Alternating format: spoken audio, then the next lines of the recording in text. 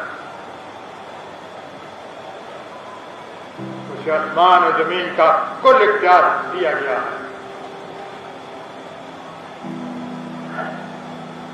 آج کل ہم ایک مضمون شائع کر رہے ہیں اپنے اخبار میں کہ جادو کا اثر ہو جاتا ہے. اس میں اس آرٹیکل میں یہ لکھا ہے کہ ایک نبی پر کسی نے جادو کر بیمار ہو.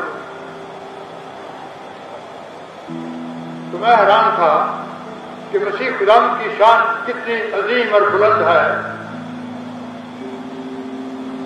کہ شیطان پر اس کا اختیار ہے اور جو شیطان کے قبضے میں ہیں ان کو چھڑانے پر قادر ہے کہ جائے کہ وہ خود شیطان کے قبضے میں آ جائے.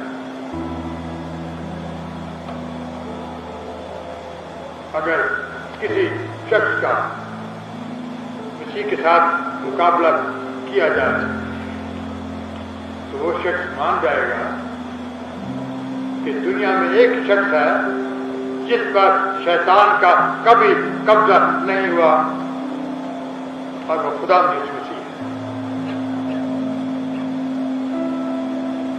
وہ اس کو چھو نہیں سکتا کیونکہ خدا یسوع مسیح صاحب اختیار ہے.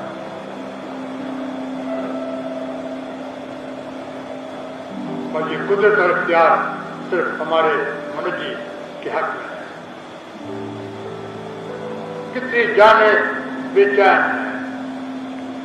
ایک شخص میرے پاس آیا، کہنے لگا ناصر صاحب میں بڑا امیر ہوں، میرا بڑا بینک بیلنس ہے، زمینیں ہیں، بزنس ہے، بچے ہیں، بہت بڑے ہوئے ہیں، لیکن میرے پاس اطمینان نہیں ہے. کیا نہیں؟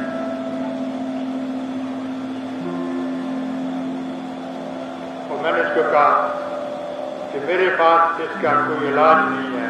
ایک شخص ہے جو آپ کو اطمینان دے سکتا ہے. دنیا کی ساری چیزیں آپ کے پاس ہے، دولت ہے، بزنس ہے، بچے ہیں، علم ہے، اطمینان نہیں ہے. لیکن ایک شخص ہمارے پاس ہے، وہ ہمارے دل میں رہتا ہے، ہماری زندگی میں ہے، اور وہ کہتا ہے کہ میں اپنا اطمینان تمہیں دیتا ہوں. کوئی نہیں کہہ سکتا سوائے مسیح خدا، کوئی اطمینان نہیں دے سکتا ہے. اور وہ کہتا ہے میں اپنا اطمینان تمہیں دیتا ہوں. اس کو قبول کیجیے، دل میں لے آئے. دنیا کی کوئی چیز آپ کو آرام اور چین نہیں دے سکتی ہے، صرف مسیح خدا کی ذات آپ کو خوشی اور شادمانی اور اطمینان دے سکتی ہے. یہ کہ اس کنونشن کا مقصد ہے،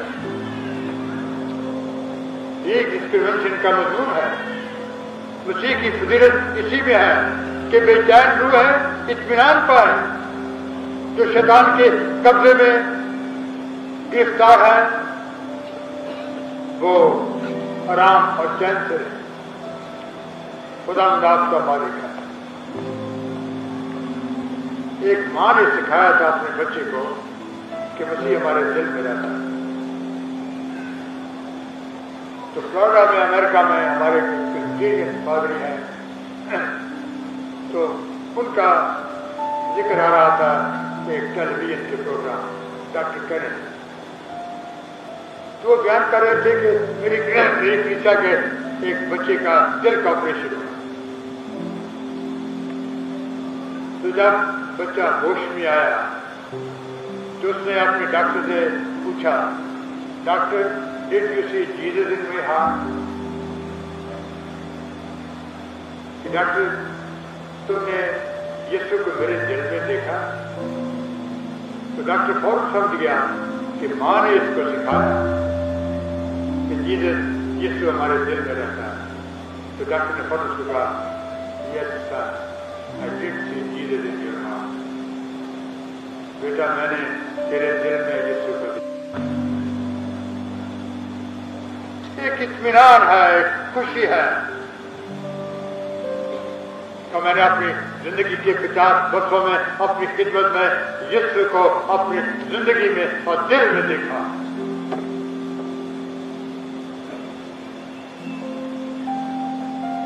یسوع ہمارے دل میں رہتا ہے. قادر مسیح، خالق مسیح، مبارک مسیح اور پیار کرنے والا مسیح. آسمان اور زمین کا کل اختیار مجھے دیا گیا ہے. ہم بے اطمینان نہیں ہیں، ہم یتیم نہیں ہیں، بے لاوارث نہیں ہیں. مسیح ہمارا خدا ہمارے ساتھ رہتا ہے، ہمیں سنبھالتا ہے، کیونکہ ہم دل میں اس کو لیے کرتے ہیں. اور پھر 5 باب میں ایک اور سلسلہ شروع ہوتا ہے. ایک عورت بیمار ہے، 12 برس سے بیمار ہے، سب کچھ کھو چکی ہے، سب کچھ خرچ کر چکی ہے، بے بس ہے، مجبور ہے، اور کیسے شفا پائی؟ خدا یسوع مسیح کا دامن چھو لے.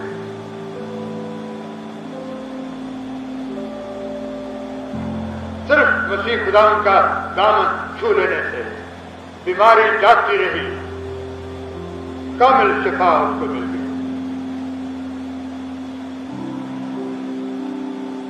کیا ہم نے ایسا کبھی تجربہ دیکھا ہے تو مسیح کا اختیار ہماری زندگی میں آپ نے دیکھا ہے کہ اس کا دامن چھو لینے ہی سے شفا ملتی ہے. زندگی میں ایک حیرت انگیز تبدیلی آ گئی جو انسان کے لیے ناممکن تھا. یہ اس کی فضیلت ہے، یہ اس کی شان ہے، یہ اس کی قدرت ہے، یہ اس کا اختیار ہے کہ ہم اس کے وسیلے سے برکت پاتے ہیں. اس کے ساتھ ہی آگے ذکر آتا ہے 5 باب میں مرکز کی انجیل میں کہ ایک عبادت خانے کے سردار کی بیٹی مر گئی، بیمار تھی. دوست پیغام لے کر جاتے ہیں کہ تیری بیٹی مر گئی ہے. اور لوگوں نے کیا کہا؟ تیری بیٹی مر گئی، اب استاد کو کیوں تکلیف دیتا ہے؟ اب کچھ نہیں ہو سکتا ہے، بیٹی مر گئی ہے. تو خدا نے کیا کہا؟ اس پر یسوع نے توجہ نہ کر کے عبادت خانے کے سردار سے کہا، خوف نہ کر، فقط اتقا کر. اور آپ پھر بیٹی کو زندہ دیکھتے ہیں. یہ موت پر کس کو قدرت ہے؟ کل رات میں نے بڑے زور سے بڑے چیلنج کے ساتھ یہ بات بیان کی تھی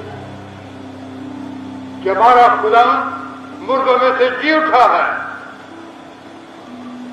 اور جو مسیح مردوں میں سے جی اٹھا ہے وہ قادر ہے، وہ کامل ہے،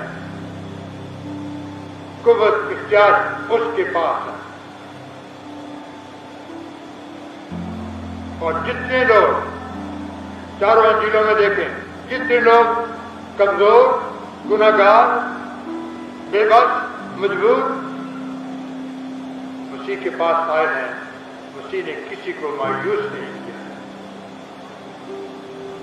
اور آج شام پھر میں بڑے اعتماد کے ساتھ آپ سے یہ کہنا چاہتا ہوں، مایوسیوں سمیت مسیح کے پاس آئے اور وہ آپ کو سنبھالنے پر قادر ہے. خوشی اس میں ہے اور اس کے پاس ہے. مسیح کے پاس آنے سے کوئی شخص مایوس نہیں ہوتا، کوئی بے بس نہیں ہوتا، اور اس کا تجربہ کرنا چاہیے. مردوں نے تجربہ کیا ہے، انجیل میں لکھا ہے، عورتوں نے تجربہ کیا ہے. گناہگار تھے، بے بس تھے، مجبور تھے، لیکن جب مسیح کے پاس آتے ہیں ہر جگہ تبدیلی ان میں آتی ہے. اور ہمارے لوگ کیوں مطمئن نہیں رہتے ہیں؟ کیوں غلط جگہ پر جا کر خوشی پانا چاہتے ہیں؟ مسیح کا انہیں تجربہ. اور جو مسیح کے پاس آتے ہیں شیطان سے آزاد ہوتے ہیں، بیماریوں سے آزاد ہوتے ہیں، تکلیفوں سے آزاد ہوتے ہیں، گناہ کی سزا سے آزاد ہوتے ہیں، اور خوشی خوشی ان کی زندگی میں سما جاتی ہے۔ کون اطمینان کا اندازہ لگا سکتا ہے جب کئی خدا جس مسیح کو اپنے گھر میں لے آتا ہے؟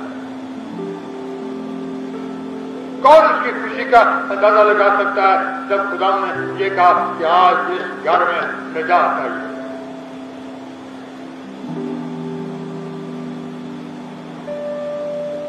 چھوٹا سا گھر ہے، مریم اور مارتھا اور لازر کا۔ اگر آپ وہاں کبھی گئے ہوں تو آپ دیکھیں گے چھوٹا سا گھر ہے، اس کے اوپر بڑا مکان بنا ہوا ہے، باقی لازر کی قبر ہے۔ ایک گھر ہے،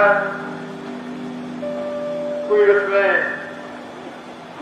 ایسی بات نہیں ہے جس کے بارے میں وہ یہ کہیں کہ وہ امیر ہیں، صاحب اختیار ہے، کچھ نہیں ہے۔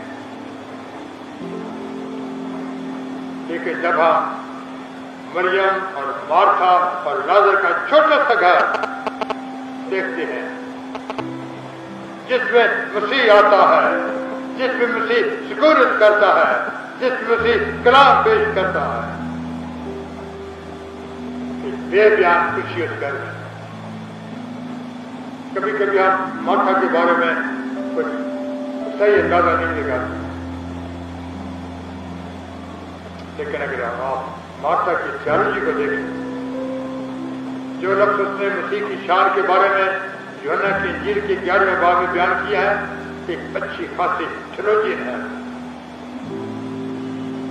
مسیح کے بارے میں اس کا ایمان، آخرت کے بارے میں اس کا ایمان، مردوں میں سے جی اٹھنے کے بارے میں اس کا ایمان کہاں سے آ گیا؟ یہ خدا جس مسیح کی اس تعلیم سے ہے جو اس گھر میں دی گئی۔ مریم کلام سنتی ہے خدا کے قدموں پہ، اور مرتھا اپنے ایمان میں، اپنی تھیالوجی میں وہ نیک پختہ موقف۔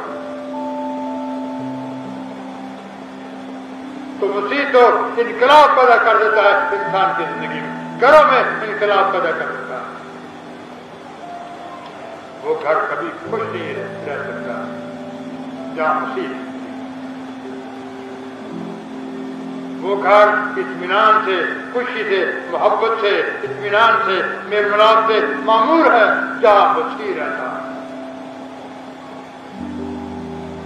کبھی آپ نے مسیح کے بغیر زندگی گزار کے دیکھی ہے؟ ایک عذاب کی زندگی،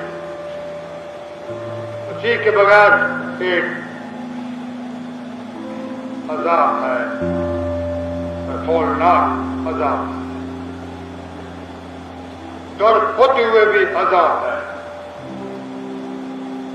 خوبصورت کوٹھی کے باوجود عذاب ہے، لیکن ایک جھونپڑا بھی آباد ہے جہاں مسیح رہتا ہے۔ تجربہ کیجیے گا، مسیح کو آنے دیجیے گا آپ اپنے گھر میں،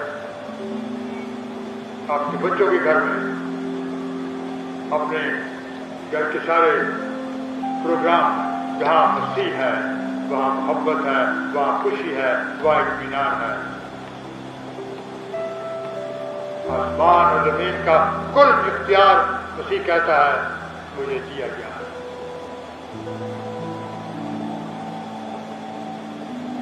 آخر میں یہ کہنا چاہتا ہوں کہ خدا مجھے مسیح دنیا میں پھر آنے کو ہے۔ یہ کہانی نہیں ہے، یہ بناوٹی کہانی نہیں ہے، یہ قصہ نہیں ہے، وہ آ رہا ہے اور یقیناً آ رہا ہے، اور مسیح کے سوا اور کوئی نہیں ہے جو اس نے بڑے اختیار کے ساتھ اور جاہ و جلال کے ساتھ دنیا میں پھیرا ہے۔ جب آپ تمام انجیل مقدس کا مطالعہ کرتے ہیں تو آپ کی روح ایک بار پھر تازہ ہوتی ہے کہ میرا مسیح دنیا میں پھر آنے کو ہے،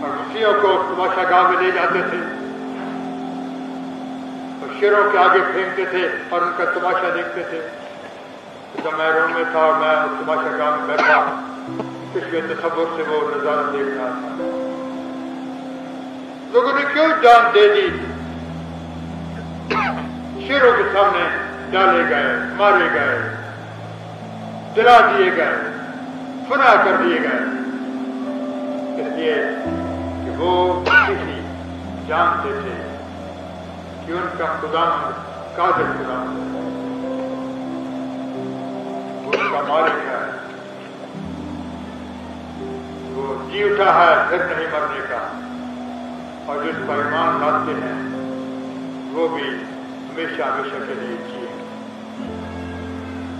کیا اس ایمان کے ساتھ آپ کنونشن سے جائیں گے کہ زندہ مسیح آپ کی امید ہے، زندہ مسیح آپ کے ساتھ ہے، زندہ مسیح آپ کا خداوند اور مالک ہے؟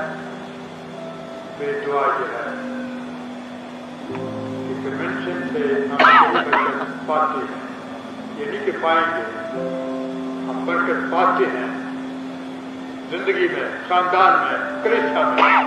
کلیسیا جاگ اٹھے گی، بیدار ہو جائے گی جب وہ اس مسیح کو قبول کرے کیونکہ وہ ہمارا مالک ہے.